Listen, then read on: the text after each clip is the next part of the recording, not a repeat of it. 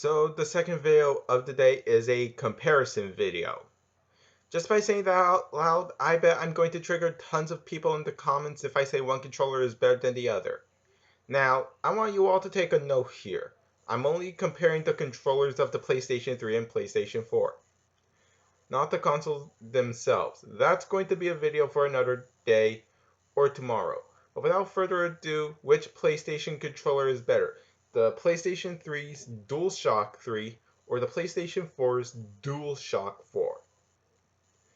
Now, first things first, a bit of history as always, starting with the DualShock 3. So the DualShock 3 was announced at the 2007 Tokyo Game Show and is of course the main controller for the upcoming PlayStation 3.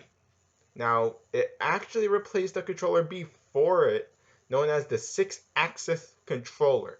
To summarize that controller, it's not bad, but motion controls aren't humanity's favorite thing ever. So Sony decided to pack every PlayStation 3 with the DualShock 3.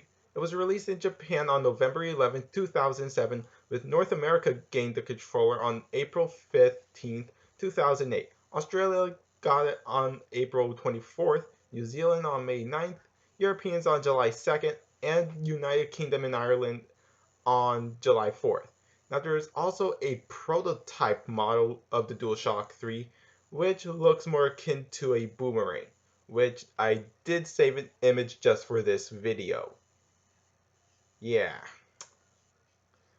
Now I'm honestly very curious what would happen if Sony were to release that controller instead of the one that we got now. So the DualShock weighs only around 137.1 grams or 4.84 ounces. Now let's talk about the DualShock 3 itself. Enough of that history lesson before this video drags on any longer. So the DualShock 3 is just what I consider a more wireless version of the two DualShock controllers from the PlayStation 2 and PlayStation 1. Except the triggers on DualShock 3 are what people call analog, meaning that they aren't very clicky and they go down very smoothly. Now, to compare this controller to something else, let's say the Nintendo Switch Joy-Cons, or I guess you can also say the DualShock 2 controller of the PlayStation 2. But these triggers can tend to make your finger slip quite a bit. Same thing with the analog sticks. While they are comfortable, just like the triggers, your fingers can slip off unless you plant your thumbs firmly on the analog stick and actually have free control of your thumbs.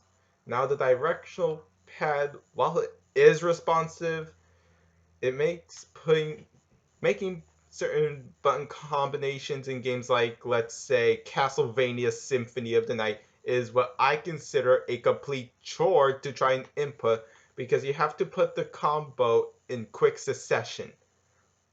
Now, the battery life of the DualShock 3, when fully charged, can last around 25 hours. Before you have to charge it, which takes around 30 to 40 minutes. So the battery life of the DualShock 3, it is very impressive for something from 2007. Now, let's move away from the DualShock 3 and move on to the DualShock 4.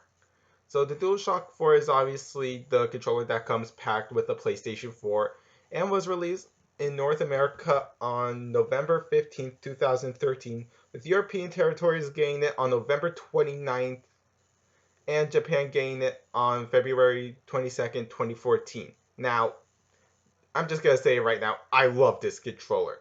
There's no shock there. I basically use this controller to record my Horror Kid Plays videos, which you should totally check out, by the way. The playlist will be right over there by the end of the video. Now, the DualShock 4 also has new features like a headphone jack on the bottom to plug this thing, which definitely beats plugging in a headset into the PlayStation 3, a touchpad which I never seem to try and find a true use for, and my favorite feature, the share button, which is used to record and capture gameplay and take photos of said games. Now the L2 and R2 triggers along with the analog stick, got tremendous upgrades over the DualShock 3. For the triggers, they have a small cave-in so your fingers won't slip off like with the DualShock 2 and DualShock 3. And the analog sticks are extremely comfortable, especially if you're planning on doing a live stream from the PlayStation 4 itself. But the only bad thing about this controller I can find is the battery life. The DualShock 4 lasts for around 4 to 8 hours per charge, and it takes around 2 hours for a full charge. That is miserable compared to the DualShock 3's 25-hour long battery life and 30 to 40 minute long recharge. But I think if you lower the light bars, that's what this thing is right over there. If you lowered the brightness on this thing, the controller could last for more than 4 to 8 hours. At least it's not dead in seconds like my iPod Touch, because that's a definite plus. So, I bet you all are waiting for the big answer. Which wireless DualShock is better?